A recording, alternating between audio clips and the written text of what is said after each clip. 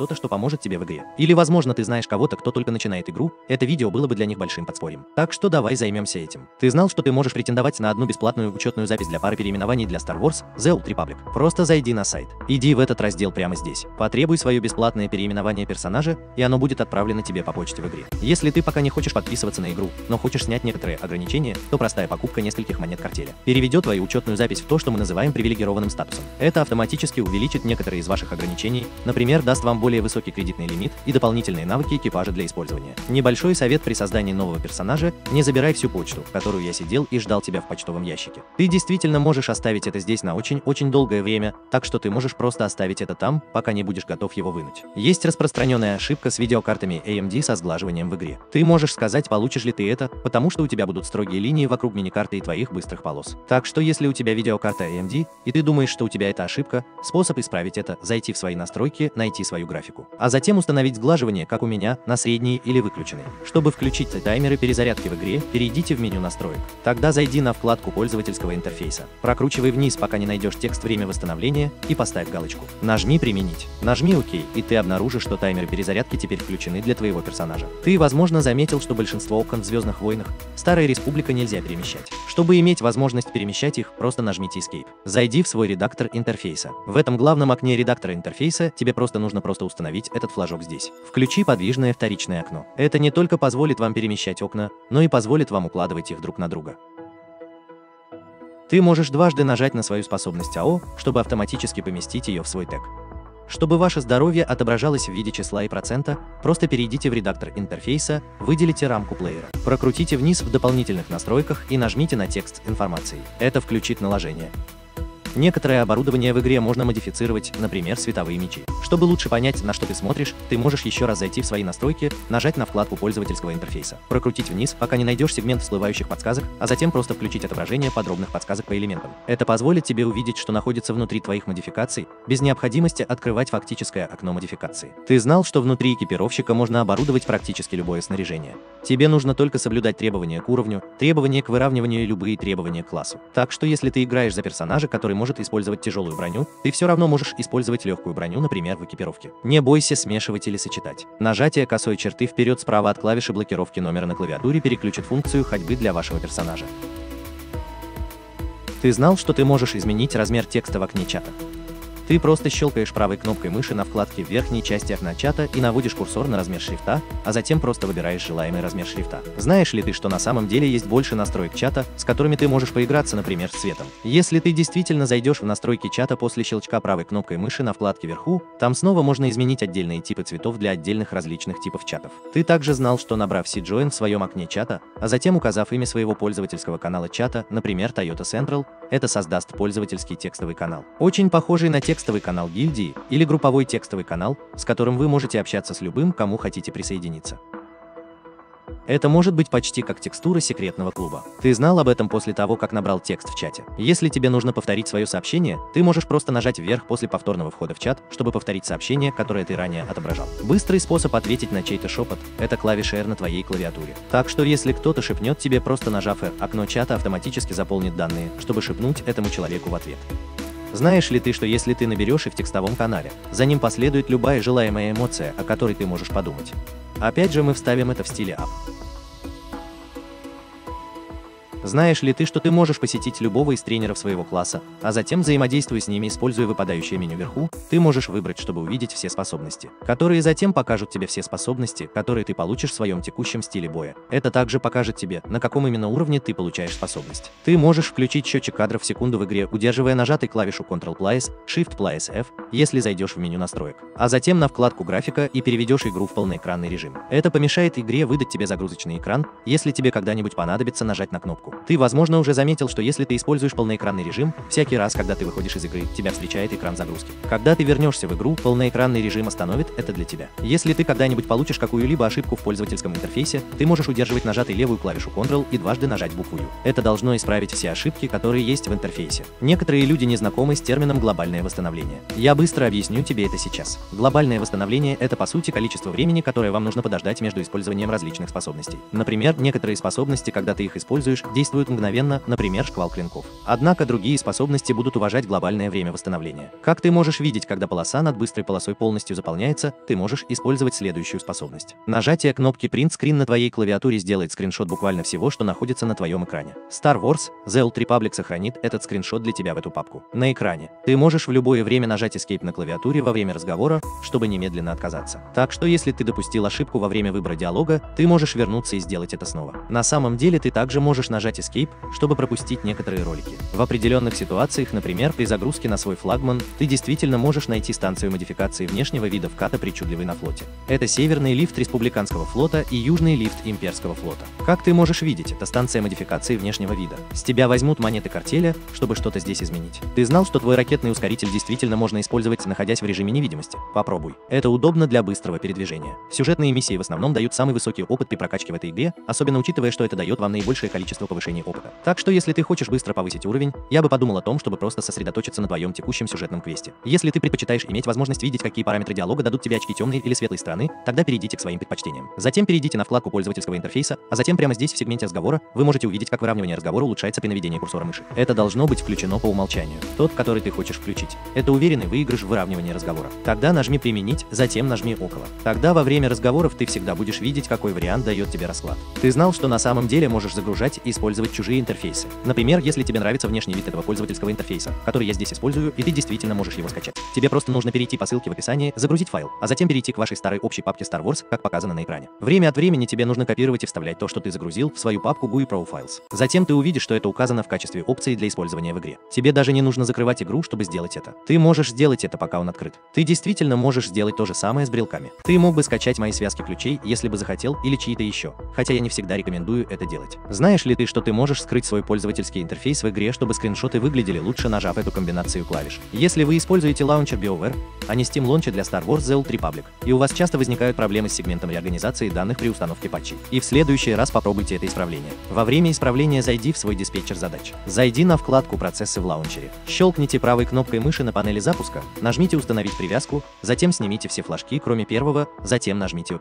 А затем немедленно вернитесь туда, где вы только что были, и перепроверьте все флажки. Ты можешь обнаружить, что это поможет сегменту реорганизации данных продвинуться вперед. Если ты играешь в Star Wars The Old Republic через Steam и хочешь иметь возможность совершать покупки через Steam, тогда тебе нужно привязать свой аккаунт к Star Wars The Old Republic. Чтобы сделать это, зайдите на веб-сайт Star Wars The Old Republic.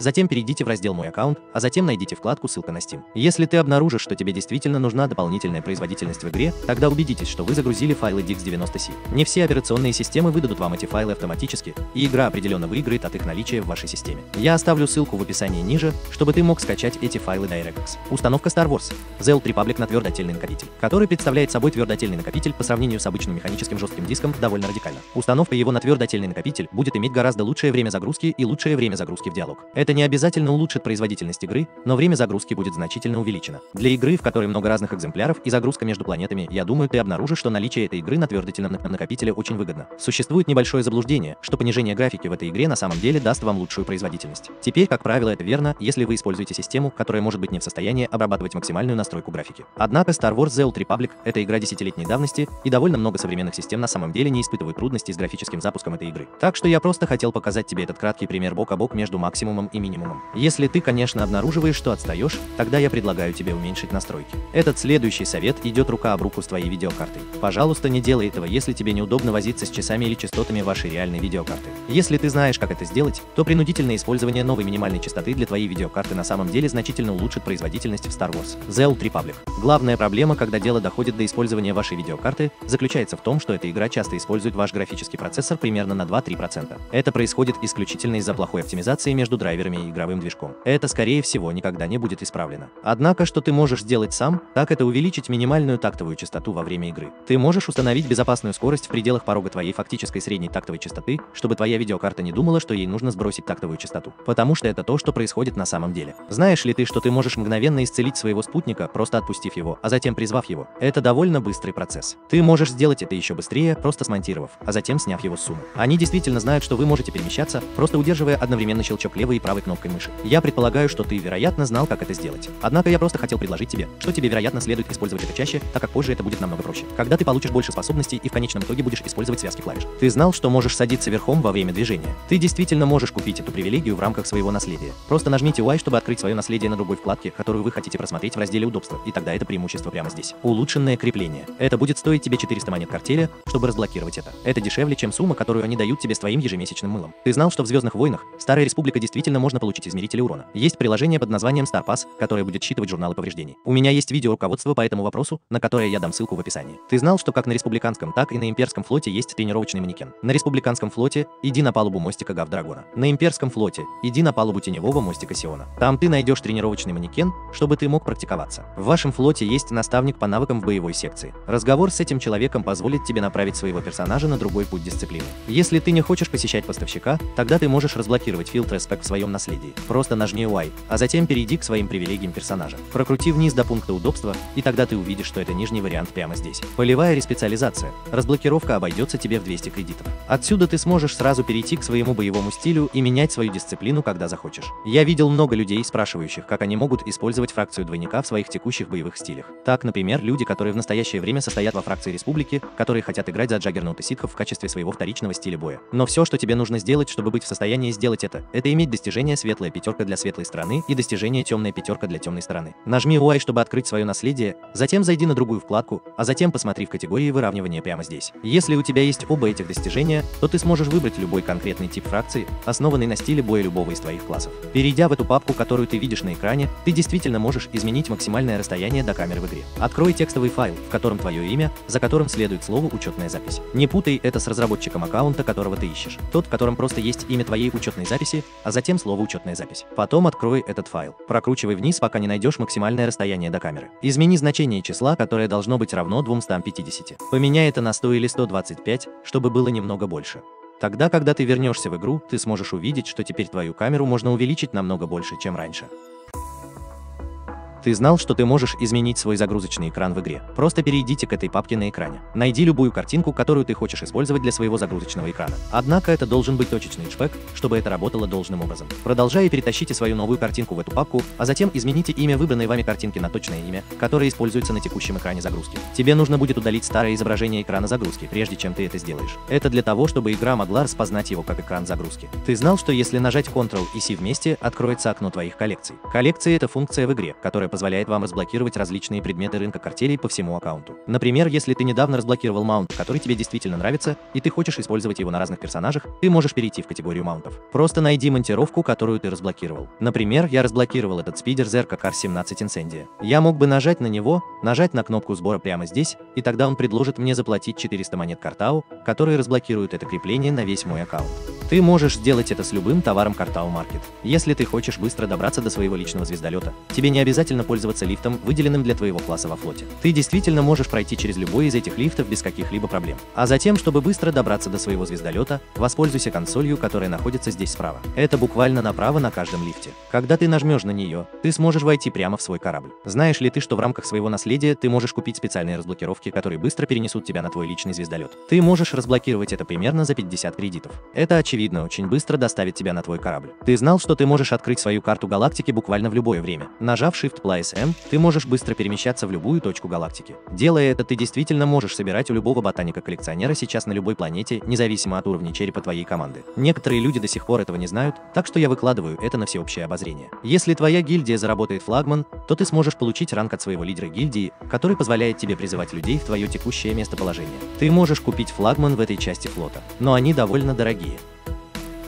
Ты, возможно, видел опцию COD в своей внутриигровой почте, когда отправлял что-то кому-то. Это вариант с кредитами при доставке. Это позволяет тебе отправить предмет другому игроку, попросив его заплатить плату, прежде чем он сможет забрать предмет. Это хороший способ заключать сделки с другими игроками. Если ты не можешь встретиться в играх, в правом верхнем углу твоей почты есть кнопка возврата, чтобы отправить ярлык, если тебе когда-нибудь понадобится отправить что-то обратно, что могло быть случайно отправлено тебе. При поиске через КТН вы действительно можете нажать Shift и щелкнуть левой кнопкой мыши по любому из ваших элементов, чтобы иметь возможность просто ввести это прямо в поиск. Ты можешь сделать то же самое со своим окном чата, просто нажав Enter, чтобы открыть окно чата, а затем связать элемент. Нажав Left Shift и одновременно щелкнув левой кнопкой мыши по элементу. Ты можешь увеличить масштаб своего дебафа, зайдя в редактор интерфейса, затем нажмите на дерево дебафов игрока, а затем нажмите на опцию здесь, где написано масштаб, и перетащите его, чтобы увеличить его. Это поможет тебе увидеть, есть ли у тебя какие-либо негативные последствия для твоего характера. Если ты думаешь, что у тебя не так много быстрых баров, как по твоему мнению должно быть, то это вероятно потому, что быстрая панель в данный момент отключена. Открыв свой редактор интерфейса, интерфейса, а затем оглядев экран, если вы увидите какие-либо красные полосы, подобные этой, это означает, что он отключен. Просто нажмите на него, а затем в настройках в середине экрана включите флажок здесь. Это оживит для тебя панель быстрого доступа, и ты можешь использовать ее, нажимая влево Alt и F, в то время как прицеливание на врага автоматически вызовет твою цель в фокусе. Это хороший способ следить за кем-то в PvP, если тебе нужно его исцелить или, возможно, защитить. Или это хороший способ следить за здоровьем босса в рейде. Чтобы изменить привязку клавиш в игре, просто перейдите в меню настроек, а затем внизу этого вы увидите еще несколько меню. Ты увидишь, что привязки клавиш — это следующая вкладка, а здесь разные сегменты для изменения разных привязок клавиш. Второй номер в Quickbar, вероятно, тот, который ты ищешь. Убедитесь, что вы сопоставили правильную панель быстрого доступа с правильной связкой клавиш, одновременно открыв редактор интерфейса. Вы сможете точно увидеть, с какими быстрыми панелями вы имеете дело, поскольку они помечены. Чтобы получить свою первую в истории крепость, убедись, что ты получишь эту миссию здесь, в этой лощине на флоте. Посмотрев на карту, ты можешь найти раздел крепости и украшения. Машины Драмонда или крепость Крусанта дешевле всего приобрести, и я рекомендую тебе сделать это как можно быстрее, так как крепость очень удобна для тебя как игрока. Это довольно хороший совет, чтобы убедиться, что вы используете адреналиновые препараты и медпакеты Warzone, поскольку вы получаете их бесплатно за ежедневное и еженедельное прохождение PvP. Ты также можешь купить их довольно дешево у продавцов PvP. Не стоит недооценивать, насколько полезными они могут быть в PvP.